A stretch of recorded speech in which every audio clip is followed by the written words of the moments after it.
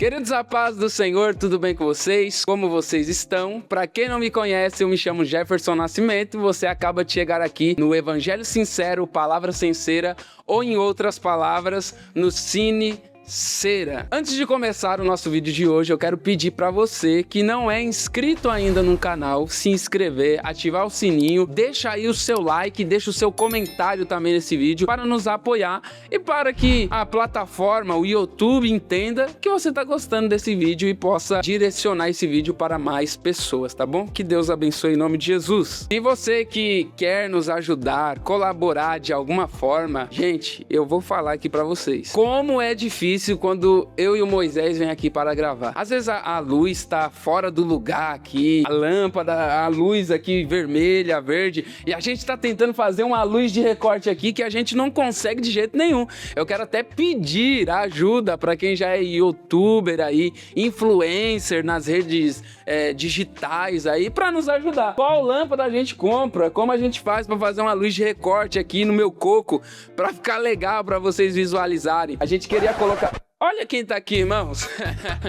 Olha quem tá aqui, a tomada, a bendita da tomada. Por quê? Porque a gente tá sem recurso. A gente não tem recurso, irmão. A gente é trabalhador, pai de família, a gente tem que comprar arroz, feijão, comida, fralda pros neném e a gente não tem muito recurso. Então você que puder e pode nos ajudar, eu vou deixar o código do Pix aqui, ou aqui, ou aqui, ou aqui, ou aqui no meu rosto pro Moisés colocar, para que você possa colaborar e contribuir de uma forma financeira para nos ajudar a melhorar esse nosso cenário aqui, que parece que estagnou, parou no tempo e não teve mais nenhuma melhora, né? Mas o que tem aqui ainda é boa teologia. Lembrando a vocês que aqui tá fazendo muito frio, eu sou do extremo sul de São Paulo, região do Grajaú, e você ainda que não comprou ou ainda não conhece os produtos da Insider, tá? Gente do céu, mas eles não levam o vídeo a sério, cara. Desse jeito ele quer que a gente seja patrocinado. Impermeável.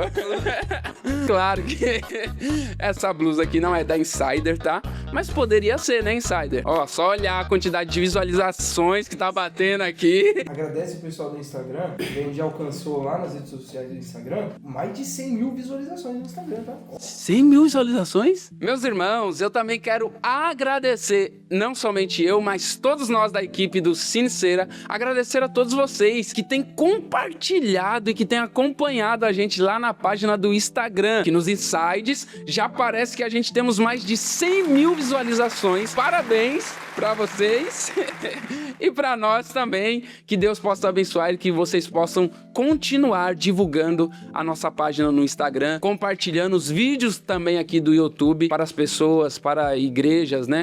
Os membros das igrejas, os seus amigos, pastores, pessoas que gostam de teologia.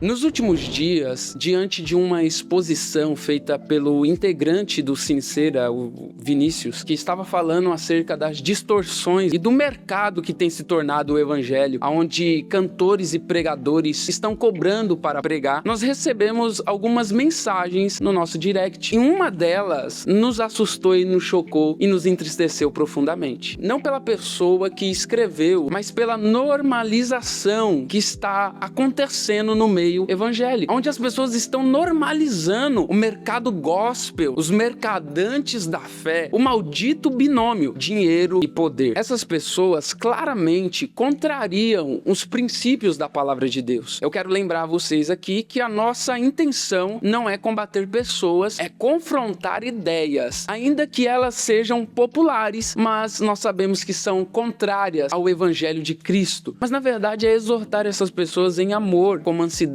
com paciência, ensinando essas pessoas que o caminho correto não é esse que elas estão trilhando. A palavra de Deus nos diz em 1 Tessalonicenses 5:21, examinai tudo e retém aquilo que é bom. A comercialização da fé, a venda de bênçãos, o lucro sobre a piedade tem se tornado comum no meio evangélico. Só que Paulo já nos advertia, na sua primeira carta a Timóteo, capítulo 6, sobre aqueles que pensam que a piedade pode se tornar fonte de lucro, e eles estão completamente equivocados. Nós devemos entender que a igreja de Jesus não é um mercado, não é um comércio. Na verdade, quando Jesus ele se depara com uma situação como essa, enquanto pessoas estavam vendendo vendendo e mercantilizando no templo, Jesus ele chega lá e começa a expulsar aqueles cambistas que estavam fazendo a casa de Deus em um verdadeiro comércio. Então vamos lá. O porquê nós não devemos cobrar para pregar o Evangelho. Vamos usar aqui como texto base Mateus capítulo 10, versículo 8, que diz assim: curai os enfermos, limpai os leprosos, ressuscitai os mortos, expulsai os demônios, de graça recebestes, de graça dai. Nesse capítulo aqui, Jesus ele está prestes a enviar os seus discípulos para uma missão. Só que antes disso, Jesus vai instruir esses discípulos como eles deveriam se comportar, como eles deveriam proceder nessa viagem que eles iriam fazer ao pregar o Evangelho. E a parte-chave do versículo aqui é a que fala de graça recebestes, de graça dai. A ênfase aqui é que os dons e o chamado são dados gratuitamente por Deus. Então, com base nisso, os discípulos que estavam sendo enviados não deveriam cobrar por curas, por expulsão de demônios ou por pregar o Evangelho. Então, o princípio geral, aquilo que Deus lhes deu pela graça, no grego charis, deveria ser dado da mesma forma que foi recebido. Recebeis de graça, então você tem que dar de graça também. Então agora nós iremos partir para uma análise diretamente do texto grego. A pronúncia aqui do verso 8, no grego está assim: dorean elabete, dorean dote, ou seja, traduzindo literalmente, gratuitamente recebestes, gratuitamente dai. A palavra dorean significa sem custo, de graça, sem exigência de pagamento. Esse termo aparece, por exemplo, lá em Romanos capítulo 3, verso de número 24, que diz assim: sendo justificados gratuitamente por sua graça. Então nós vamos ver que a palavra dorean aparece aqui também, gratuitamente, sem custo, sem exigência de pagamento. Nós fomos justificados por sua graça, gratuitamente. Então nós vamos ver que é a mesma palavra que aparece aqui em Mateus capítulo 10, versículo 8. Então isso enfatiza que não há base alguma para transformar os meios, os dons que Deus nos dá de graça para comercializar, para que a gente tenha lucro com esse dom que Deus ele nos deu. Em segundo lugar, para mim, é um dos episódios mais chocantes, é o que acontece em Atos capítulo de número 8, do verso 18 a 20. O evangelho está sendo proclamado e as pessoas estão sendo batizadas com o Espírito Santo. Elas estão recebendo o dom de Deus. O Espírito Santo é uma cidade em que tem um homem chamado Simão, que ele fazia artes mágicas, iludia, o texto diz, toda a cidade, muitas pessoas ali estavam iludidas acerca das artes que esse tal de Simão fazia. O evangelho ele é tão poderoso que ele começou a se propagar de forma tão profunda que aquelas pessoas daquelas cidades, tanto homens, mulheres e crianças, começaram a se converter ao evangelho e a serem batizados com o Espírito Santo, até mesmo o próprio Simão, que era um feiticeiro no caso. E agora a Bíblia vai nos dizer que esse Simão, que recebeu o Espírito Santo, que foi batizado, vê os apóstolos orando pelas pessoas e aquelas pessoas também sendo batizadas com o Espírito Santo. Ele diz: eu tenho dinheiro, se você quiser me vender, eu compro esse dom. Se você quiser me vender o que você está fazendo, eu compro isso, eu pago por isso. Então, se a comercialização dos dons fosse verdadeira, como as pessoas defendem de forma veemente hoje em dia, Pedro ele teria recebido, aceitado o dinheiro daquele Simão, teria lucrado com aquilo. Só que o que Pedro faz é o que nós temos que seguir. Ele diz: o que você está pensando? Você está pensando que pode comprar o dom de Deus com dinheiro? Você não pode. Se você não pode comprar, muito menos eu posso vender. Ou seja, eu não posso cobrar por aquilo que é um dom de Deus, por aquilo que Deus dá gratuitamente. Eu não posso de forma alguma. Paulo também, ele diz lá, por exemplo, em 2 Coríntios capítulo 2, verso 17, porque nós não somos, como muitos, falsificadores da palavra de Deus. A palavra usada para falsificadores no grego aqui, ela indica mercadores que diluem o vinho para ganhar mais dinheiro. Uma metáfora forte contra quem vende a palavra. Os apóstolos eram contra isso. A história da igreja é contra isso. Só que alguém pode dizer, mas e quanto ao texto de 1 Coríntios 9,14, que diz assim, assim ordenou também o Senhor aos que anunciam o evangelho que vivam do evangelho. Eu acho que esse é um dos textos mais utilizados para justificar que o pregador, que o cantor pode, ele tem o direito de cobrar para pregar. Só que nós temos que entender que Paulo está dizendo aqui que aquele que dedica a sua vida ao evangelho é um direito que ele seja sustentado pela igreja, e não que ele cobre por cada pregação, e não que ele cobre por cada canção que ele louve nas igrejas. Então nós vamos ver que o direito é o sustento que a igreja dá para essa pessoa. Basicamente, a diferença aqui está entre o sustento e o comércio. Olha, por exemplo, o que Pedro diz lá no capítulo 5, verso 2.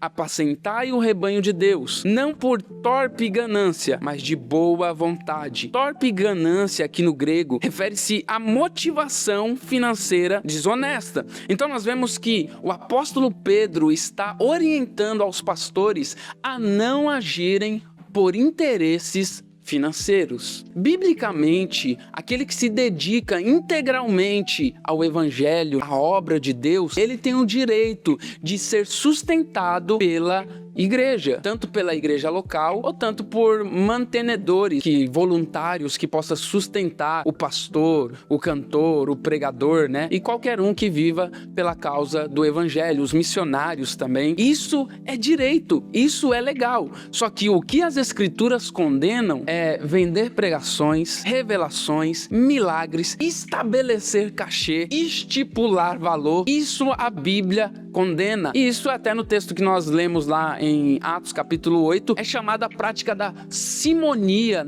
Porque esse intuito, essa ganância de querer comprar algo que é sagrado, ela partiu de Simão. Por isso é chamado simonia, alguém que quer comprar aquilo que é sagrado. Então essa prática verdadeiramente condenada pelas escrituras. Então nós vamos ver que nós temos um exemplo muito claro sobre esta questão, que é o exemplo do próprio apóstolo Paulo. Paulo tinha direito de viver do evangelho, mas mesmo assim ele abriu mão do seu direito para não ser pesado ou não ser um tropeço para a igreja. O que ele fazia? Ele fabricava ou construía tendas, para se sustentar, para não se tornar pesado para as igrejas. Eu falei também, citei aqui um pouco da história da igreja de forma resumida, mas tem um documento que é muito importante para nós, que é categorizado também como um pai da igreja, apesar de não ser uma pessoa, mas um documento, que é a Didaquê. E lá no capítulo de número 11, verso de número 4, diz assim: todo apóstolo que vem até você deve ser recebido como o próprio Senhor. Ele não deve ficar mais que um dia, ou, se necessário, mais outro. Se ficar 3 dias, é um falso profeta. Verso 6. Ao partir, o apóstolo não deve levar nada a não ser o pão necessário para chegar ao lugar onde deve parar. Se pedir dinheiro, é um falso profeta. Se alguém disser, verso 12, sobre inspiração, dê-me dinheiro, ou qualquer outra coisa, não o escutem. Porém, se ele pedir para dar aos outros necessitados, então ninguém o julguem. Então nós vamos ver que a Didaquê, ela é uma instrução dos apóstolos para aqueles cristãos da igreja primitiva, como eles se comportavam acerca dessas questões. Se alguém viesse pregar na igreja dele, a Bíblia diz que eles recebiam esses irmãos, mas se esse pastor chegasse lá dizendo, para mim pregar aí, você precisa me dar dinheiro, ele diz assim, é falso profeta. Então nós vamos ver que tanto pela Bíblia, as Sagradas Escrituras, tanto pela história da igreja primitiva, dos pais da igreja, e tanto pela história da igreja também, nós vemos que essa é uma conduta inapropriada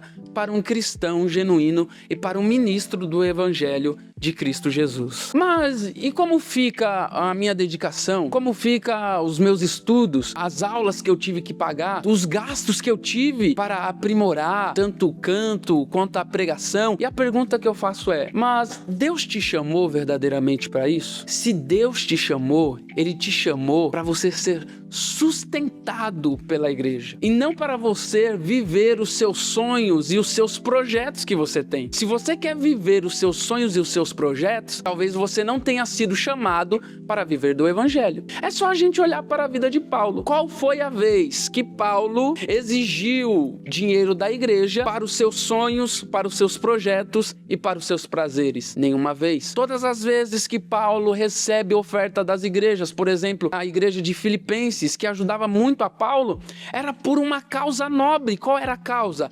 A causa do evangelho. A sua objeção vai ser: eu entendo que não devemos cobrar, temos que ser sustentados pela igreja, a igreja tem que agir de forma amorosa. E aí está o problema, que a igreja não tem sido generosa com os missionários, com os itinerantes, por isso que a gente cobra. Eles não abençoam e por isso a gente cobra. Mas eu digo para você, por causa de um erro de alguém, não vai justificar o erro que você está cometendo. Não é porque a igreja, e eu não digo todas, mas eu sei que existem igrejas que não ajudam, têm a possibilidade de ajudar, mas não contribuem de forma generosa na vida dos missionários, dos itinerantes. Não é porque eles não contribuíram que você vai começar a estipular valor, meu irmão. Ah, mas a Bíblia diz que o trabalhador é digno do seu salário. O sentido que Paulo usa aqui para dizer sobre salário não é que você vai receber ali sempre, todo mês, o valor igual nós recebemos, o salário mínimo, 1.400, todo mês vai estar ali. Não é nesse sentido que Paulo está falando. O trabalhador é digno do seu salário, que ele será sustentado. O chamado missional é um chamado que você tem que estar firmado em Deus e ser dependente de Deus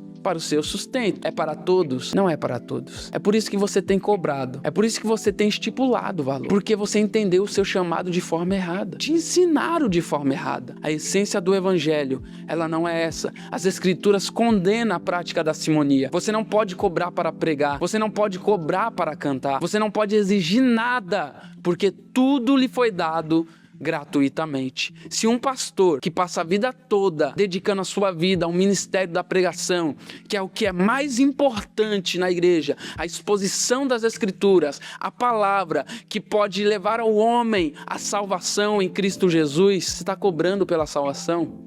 Estamos vendendo indulgências. Nós estamos vendendo o dom de Deus. Isso nós não podemos fazer de forma alguma. A igreja não somente se tornou um comércio, mas se tornou um meio de prostituição, onde nós vemos que uma igreja adúltera contrata alguns garotos de programa para ter uma noite de prazer. Se tem quem cobra, é porque tem quem paga. Se a pessoa está estipulando o valor ali de 10 mil, 5 mil, se a igreja está pagando, isso é uma prática errada. Isso estimula esses pregadores a se tornarem prostitutos do altar. Não tem comunhão nenhuma com o corpo de Cristo. Aquele povo não tem comunhão nenhuma com aquela palavra, porque eles não têm compromisso com a palavra de Deus. Eles estão em busca de lucro, de luxo. E Deus condena, e Deus abomina essa prática. Então, queridos, esse foi o nosso vídeo de hoje sobre se nós devemos ou não cobrar para pregar. Eu sei que talvez você discordou ou concordou comigo. Eu queria que você deixasse aqui nos comentários, tá bom? A sua opinião. Um pregador ou um cantor, ele deve cobrar para pregar, sim ou não? Trazer alguns textos bíblicos aí, deixar no comentário também. Pode mandar mensagem no direct também, que assim que a gente tiver um tempo, uma disponibilidade, nós iremos estar respondendo. Então não esqueça de deixar o seu like, ativar os sininhos para notificação e, claro, se inscrever aqui no nosso canal. Irmão, se inscreva, tá bom? Ó o Pix aqui novamente. Agora ele vai fazer assim, ó.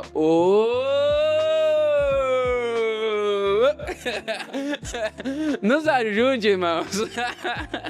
Eu tenho que fazer essas coisas para ver se eu chamo a sua atenção para você nos ajudar aqui, contribuir, tá? De forma voluntária, tá bom? Para essa causa aqui, que é o projeto do Cine-Cera, onde nós não somos patrocinados por ninguém ainda. Nós nem exigimos também de ninguém, né? Conforme a gente esclarecemos aqui. Mas nós fazemos um pedido voluntário. Vamos comprar aquele de filme, aquele bonitão, claquete que se chama? Craquete. Que é assim, ó.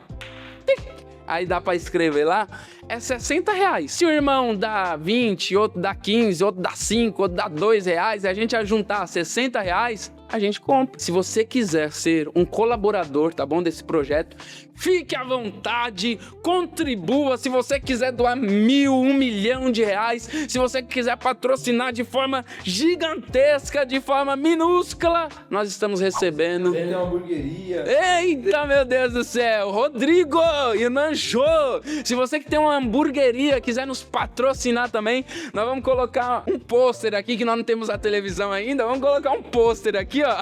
É isso aí, galera, muito obrigado. Agora já é 11 horas da noite, nós estamos saindo aqui do estúdio. Que Deus abençoe vocês, que a graça do Senhor e Salvador Jesus fique com todos. Amém.